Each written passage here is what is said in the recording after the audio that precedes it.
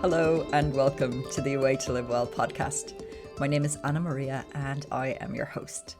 Today's episode is a deeply meaningful one for me, not only because of who I'm speaking with, but because of the impact his work has had on my own path and on the paths of so many others around the world.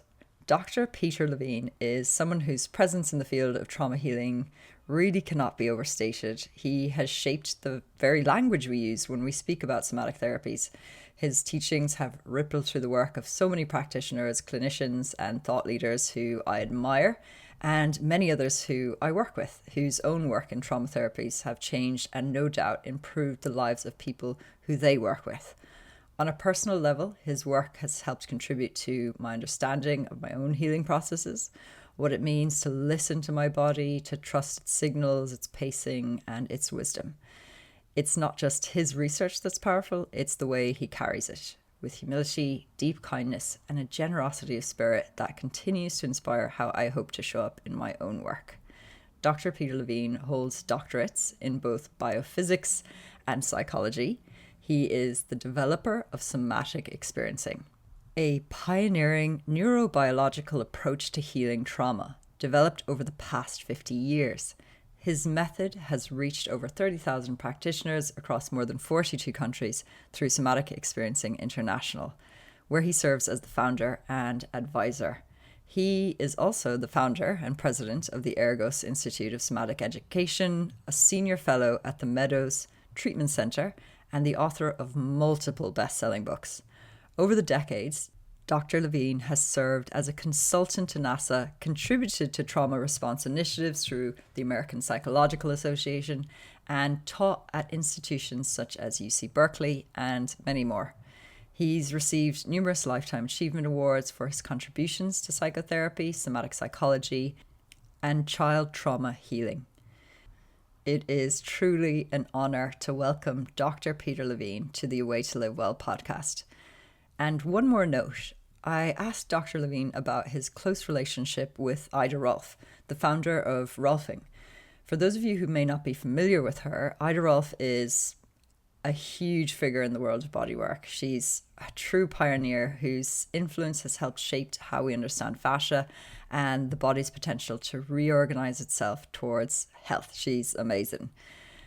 It's a special moment where Peter shares with us a story of this incredible woman who had a powerful impact on his own life. Okay, on that note, I'll leave you with the conversation. Peter, I really respect that you have so little time, and it's an absolute honor to be able to sit here with you. So I'll just kick off, and I'll try not to throw too many flowers at your feet as we go. Okay. You are so welcome to the podcast, Dr. Peter Levine. It is an honor and an absolute pleasure to speak with you today. I really appreciate you. I'm glad to be here. Great. There's a phrase that comes to mind from one of my favorite poets, John O'Donoghue. He always says to go beyond yourself. And to me, this speaks of generosity. And when I think of you and the work that you offer, this is something that really comes up, the way that you share your knowledge, your presence, and your time. And it feels like it's not just your work, but it's your life and it's your love. Yeah, right. Just a few minutes ago, I was finishing an interview with somebody from the Guardian newspaper, and he wanted to know what I would do if humanity was my client, my patient. And so we had a discussion around that. How can things that are, often done on a one-to-one basis can affect others, and sometimes in dramatic and in necessary ways, given the state of the world as we speak. I often start my interviews with the question of what is it that made you show up in the world in the way that you do? What formed you? But I feel like, your latest book is such a moving and tender window into your life work and how you did come to show up in the way that you do. And I would highly recommend people read it. But as I was reading it, it struck me just how delicately you shared parts of your own history. Yeah, And there's such a somatic essence to it as well. right. And you interweaved the science of what you do and what you share so That's beautifully in right. that as well. And, I was yeah, wondering, go ahead. You finish. I was wondering how the process of writing that was for you and what made it feel like the right time to share more of your own Mhm. story. That's an interesting, kind of give you the back story here about that. So, I was kind of reflecting on my life and, from the time I was conceived to where I am right now, and then from where I'm here and right now and where I will no longer be on this planet. And I thought it was time to just kind of look at the narrative of my life, to maybe ask myself some of the questions that you're asking me. And so I started this just as a journal. I had no intentions of publishing it, none. And a friend of mine, very dear friend, she asked me what I was doing, and I said, because I would do it by day to day and weave in dreams and even some of the science. And uh, when she asked me what I was doing, I said, this is really just a journal, kind of to look through the arc of my life, like an autobiographical exploration. And she said, can I read some of it? And I said, "Ugh." And then I said, okay. So she read it over and then she had some tears. And she said, I assume that you're going to publish this as a book. I said, no way. It's too vulnerable. It's too revealing. You know, these are things that I just only share with the most intimate friends. And she said, well, I hope you think about it because I believe that it could make a big difference in people's lives, in their own healing. The title of the book is An Autobiography of Trauma, a Healing Journey, obviously my healing journey. And that could help people write their own, tell their own stories, if only for themselves. Yeah. And I still like went, whoa. And and I said, well, okay, I'll think about it. And the more I thought about it, the less likely I was to publish it as a book. Often in times of indecision or when I don't know what my next step might be, dreams have been important and been revelatory in my life. So I have this following dream. I'm standing in front of this large field, like a large meadow. And in my hands, I have a whole bunch of papers. Obviously, there's some kind of a manuscript. And in the dream, I look to my left, I look to my right, left, right, right, left. And again, I'm in a twist of indecision. And in that moment, this strong breeze comes from behind me and takes all of these pages and lifts them into the air and across down into the meadow to land where they will land. And so when I awoke that morning, I realized that my dream had made that my unconscious had made the decision for me. My dream and my unconscious had made the decision for me. And it wasn't an easy thing to do. And but you know, the more the more I addressed it, the more I wrote, um, the more the more anxious, but the more open I was to sharing it with the world in the hope that it would also help them tell their own stories. And so far, that's the feedback that I've been getting. 100%. It Yeah, had a profound impact on me when I read it, and like you say, it helped me to kind of consider my own story as well, to tell it to myself even, that's right. And I really resonate with your dreams, that they've always been so powerful in my own life as well. They've really Yeah. guided Oh, me really? in a lot of ways. Yeah. So that's why I do the work I do now, I think, originally from a dream. Now, what But kind of work do you do, Anna Maria? I'm a yoga teacher and Oh, I'm also studying a master's in psychology at the moment, much influenced by your work. wonderful, Yeah. wonderful. So you're really a pioneer in this body-based trauma healing Yes, that's and right. at a time when the field was largely cognitive and it still Mm. is, I've encountered that a lot when sometimes I'll speak to a lecturer on trauma-informed yoga and I'll encounter a little bit of resistance still. Yeah. I was wondering what were some of the early challenges or resistances you faced and Okay. Well, you know, when I first started developing the work in the early 1970s, a group of a dozen or so therapists from Berkeley would come to me. They called it my treehouse in Wildcat Canyon, just outside of Berkeley. And I would engage, I would work with one person at a time, and then I would try to explain what I was doing and have them answer questions. And so we did this, and then they made this. They said, well, when it became clear that it was transmissible, they were adamant that it should only be taught to psychologists, psychotherapists, psychiatrists, and I disagreed. I felt that people in diverse healing arts are the people also that I wanted to reach. And so, starting from, in my mind, if somebody asked me, how many people have you trained? My first answer would be, oh, I think about 12 or 15.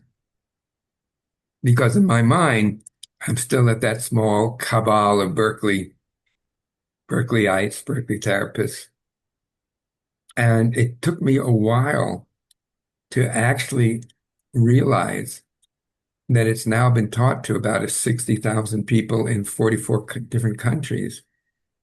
And so it's gotten out.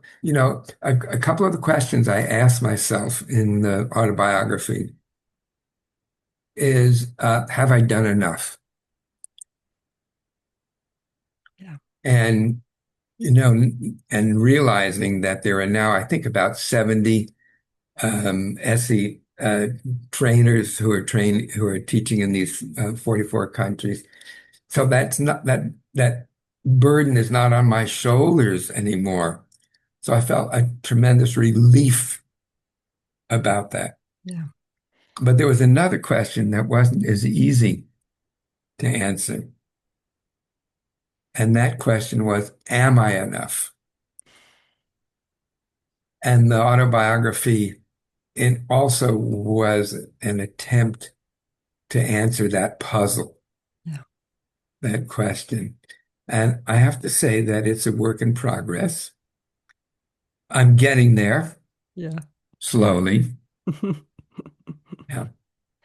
I'm also a massage therapist, and I read Ah, that Ida Rolf was a huge influence in your yes, she work. was. She was.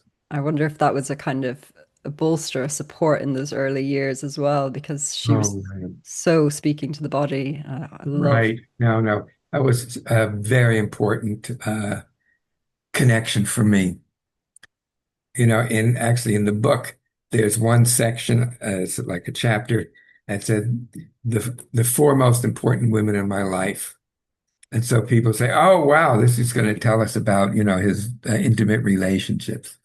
Well, it was intimate, um, but there's also four important men in my life, and one of the important women in my life was Ida Rolf, and she was an extraordinary person, and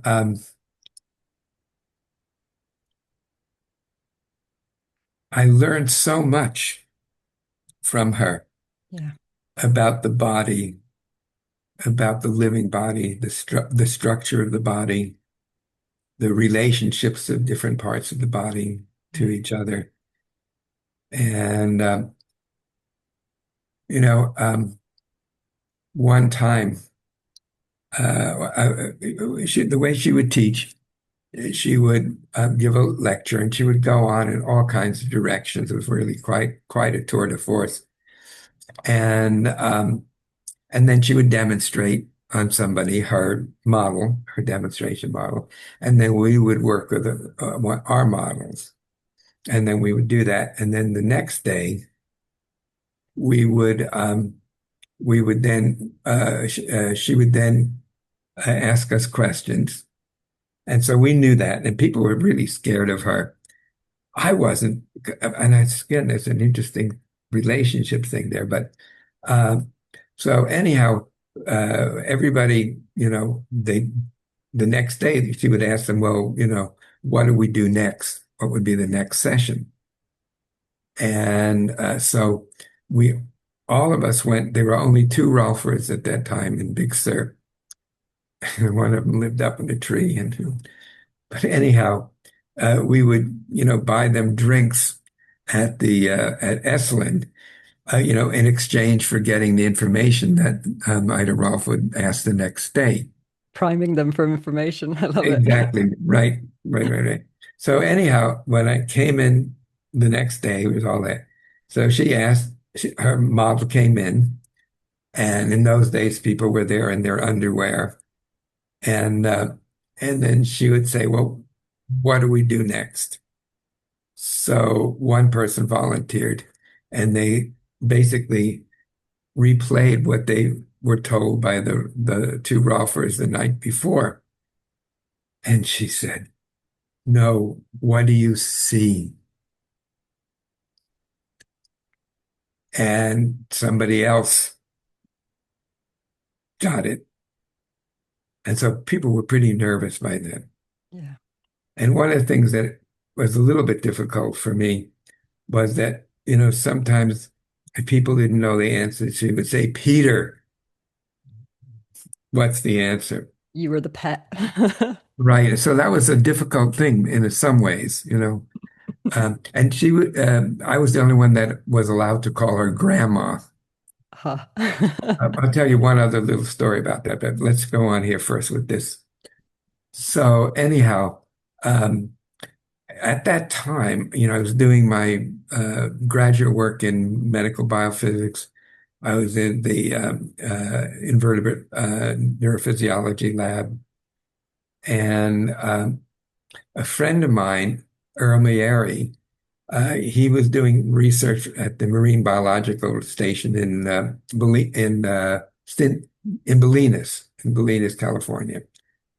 And so when he finished his work, he had a little cabin there, and it was like $14 a month, and including utilities. And so he handed it over to me. Very nice. And so, um, I'm looking, and he left a book, The Tide Pools of Central Northern California, something like that. So I look at the book, and then I walk across the dunes and go to tide pools, and I'm looking, and I don't see anything. And I look, maybe I'm on the wrong page. No. And anyhow, I don't see anything. And so out of frustration, I just kind of gave up and I gazed out into the horizon. And while I was gazing,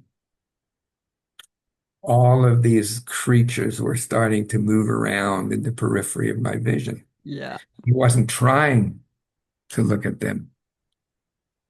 Okay.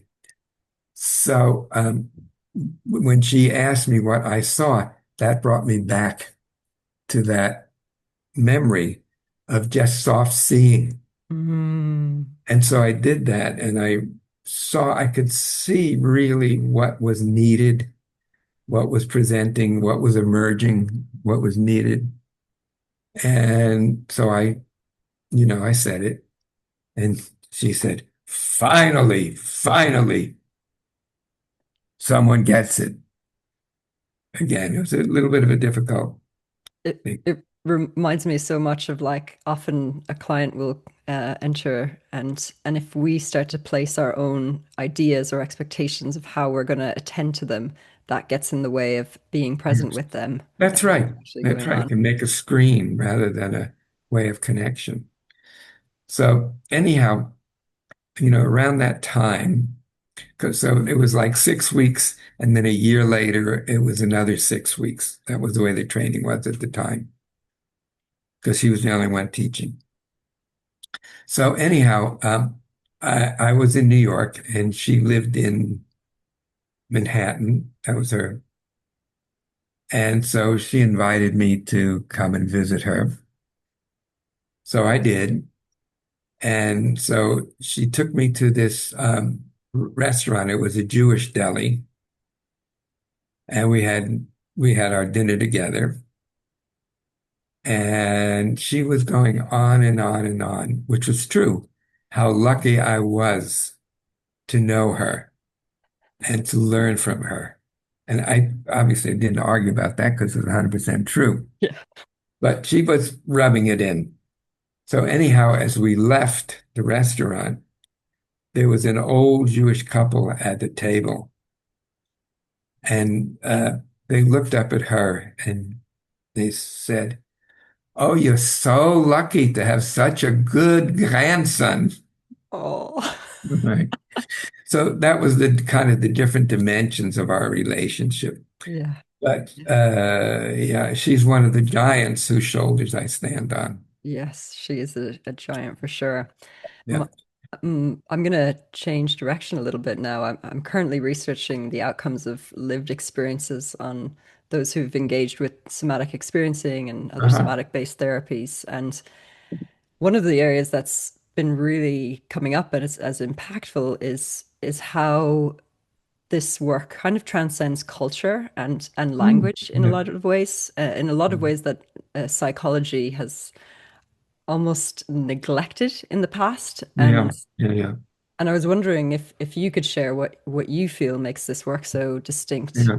compared to Well, other I things. think, like you indicated, I think somatic experiencing is culture friendly.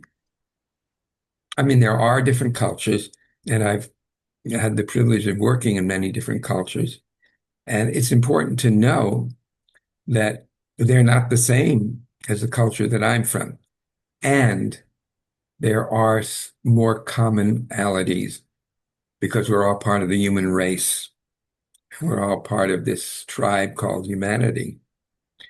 Um, so, in again, in different places, there are when I first started teaching it in California, um, I wouldn't say I was under threat, but many people said it was dangerous to talk about the body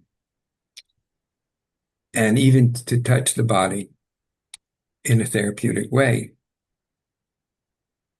Um, and actually, around that time, there was a really very, very good person, Ofazur, who was the head of ethics for the American Psychological Association. And so we hired him for a year or two to go over the way we do occasionally do use touch and he really supported that. Mm. But then in other cultures, for example, I started teaching quite a bit in Brazil, which is a much more sensual, Yeah. tactile culture, and there were no such problems there. And I think probably a lot of the problem was coming because from cultures that are touch deprived, there is a fear of touch. And I find that's true of many of the European cultures, although all of that's changing quite significantly since I started teaching the work. Um, but but again, it does transcend in some ways culture because we all have bodies, we all have felt bodies, um, wise bodies, Yeah. intuitive bodies. And so I think that more than anything else is what connects us together. Yeah, absolutely. Yeah. I've heard you speak on other podcasts about this not being necessarily mystical or magical. You know, a lot of it is so rooted in so much of your research, and presence is one of the key influences as Yep. well. But I was wondering if I could ask, how do you understand the role of soul, if that's a word that resonates with you, in the Yeah. process of healing and Yeah. Soul, spirit. spirit? Yeah. Actually, I'm in the process of writing a book right now with a colleague of mine from Denmark called Trauma and Spirituality, Resilience and the Human Spirit. Um, Perfect. from the very beginning, when I first started to explore this in the late 1960s, um, it became clear to me that trauma is hell on earth, but trauma transformed can be a gift of the gods, gift from the gods. And that became a guiding light. You know, my friend showed me one of the reviews on Amazon, and one of the things that people wrote about was that they were very deeply touched about my willingness to talk about spirituality and dreams and um, to not be afraid to meet that. And so now where I am at my life, that's not a fear. Yeah. I mean, occasionally somebody will be uptight, but that's okay, you Yeah. know. I feel like the almost the deeper you go into any kind of scientific research, the more you bump up against spirit or the soul. Like there's almost no way I around agree. it. I agree. I agree. Yeah, yeah. Yeah, yeah. Yeah, Um, I think so. I mean, that again, that was, I mean, when I first started teaching, the body was verboten. You know, now talking about spirituality was verboten. But again, that's shifting as well. I just finished doing a workshop together with a couple of colleagues. One is a German. It was on embodiment and emotion and embodiment. And one was a very, very famous brain researcher, neuroscientist, and really enjoyable people, wonderful connection, especially with her. And our conversations would often go to spirituality. And so even though she puts people in these multi-million dollar brain scanners, she also is not afraid to talk about spirituality. So we just enjoyed, kind of chatting that together. yeah, I think these two things can coincide so beautifully if, like you Yeah. say, we're not afraid to kind of embrace those parts that feel a little bit, I guess, t taboo in some ways because it feels unscientific, but in reality, it's not. Right. I mean, I think Einstein said this. He was also another important mentor for me in a strange way, which is also in the book, Yeah, Albert and Me at the Banker's Banquet. But I think he said something like, there are two ways that people look at the world. One is that nothing is a miracle. The other is that everything is a miracle. So your choice, which do you choose? yeah, For me, it's clear. yes. One feels much more spacious. Much, yeah, exactly. Um, Exactly. I'm conscious of your time, and I definitely want to ask you my final question that I Go ahead. love to ask everyone, which is the name of the podcast is A Way to Live Well. So Oh, I was I wondering, concur. I was wondering for you, what does it mean to live well? Mhm. Hmm. I'm really passionate in what I do, and I do take care of myself. I do movement every day. Um, I jump on my Bellicon, which is a kind of a trampoline, but not with springs. With bungee, it's very delicate. You can really get in contact with your inner rhythms. And I use that when I'm working with people as well. And so, I do that. I move. I don't sit for more than an hour. I get up and I move and I breathe. Um, yeah, yeah. I think again, I love the people that I meet. At first doing the podcast did not seem like something I wanted to do, because I don't want to talk to my computer screen. Oh, Yeah. I But get it. it's opened me to a whole other type of people, to a different aspect of humanity. So that brings me pleasure, brings me joy. You know, um, One of the things in the last chapter um, is titled "Living by Dying," Mm, and what came up when I really kind of let myself open to that was a surprise. I reconnected with the 18-month-old child who was full of enthusiasm. Entheos means with God, and was curious and was exploring everything. Here, hold 1 minute. I think I have it here. Yeah.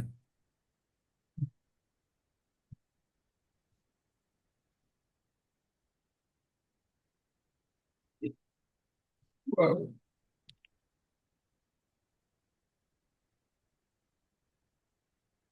Yeah, here we go. oh, So connecting with that joyous being, I mean, that's what keeps me alive.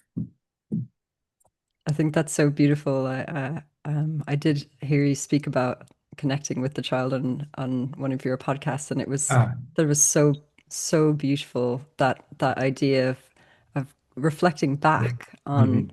on everything in a way, and connecting with that part of you that still is there, right? I feel That's like right. you carry It's it with you. always there. It's omnipresent. Yeah. Yeah.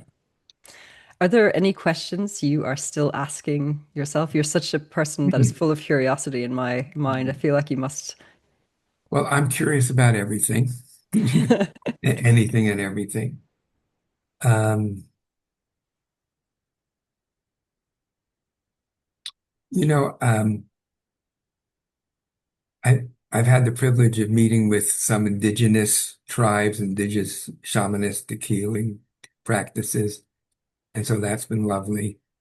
I'm probably going to Australia next year. Mm, They've arranged for me to meet with a woman who's one of the elders of the Aboriginal people. So I'm looking forward to that.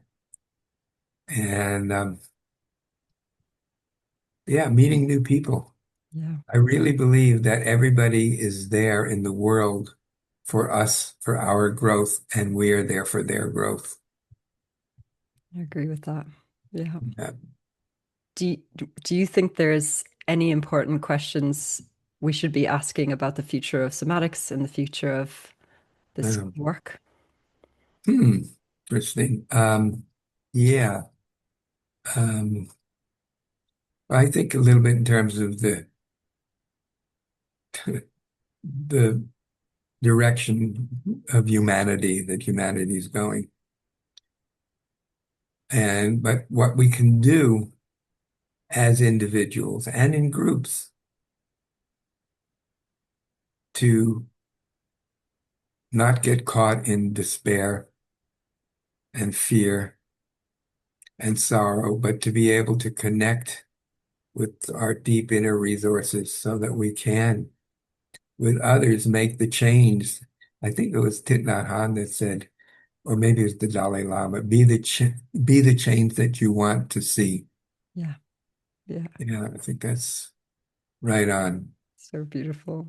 Yeah. Pe- Peter, it has literally been such an honor and a privilege. And on behalf of all my colleagues and people who, use your work, I would just like to say a massive, massive thank you. Well, And I also would love to thank your team in some way. You have such a beautiful team, and they were such a pleasure to. I'd love to send them a bouquet of flowers if that's a possibility. probably can do that when you send the cards. Yeah. Yeah. Okay. Perfect. Perfect. I'll ask them. I don't want to take up much of more of your time because I Okay. know you need a Yeah, rest and all that kind of yeah, thing. I'm going to do some movement and then I actually meeting for a dinner meeting. Okay. Beautiful. Oh, I so appreciate you, Peter. Have a Okay. lovely rest of your day. Yeah, yeah. Bye bye. Bye bye. Thank you so much for listening to today's conversation. It's one that I'll surely carry with me for a long time to come, and I hope it inspired something in you as well. One of the most powerful takeaways for me in this conversation with Peter was his vision for the future of somatics, about creating more spaces for communal healing, and that community healing in turn rippling outward into species level regulation. It's a reminder that this work isn't just personal, it's deeply relational and even planetary. If this episode resonated with you, please consider sharing it with someone who might benefit. And if you haven't already, liking, rating, or reviewing the podcast really helps more people find these kinds of meaningful conversations. And it supports the ongoing work of making these kind of conversations more accessible. To learn more about Dr. Peter Levine's work, I highly recommend exploring his books, including Waking the Tiger, In an Unspoken Voice, Trauma and Memory, and his most recent, An Autobiography of Trauma. And if you're curious about deepening your understanding of body-based trauma healing, you can find information about somatic experiencing training at traumahealing.org, where his legacy continues to grow through the work of thousands around the world. As always, thank you for being here and wishing you well.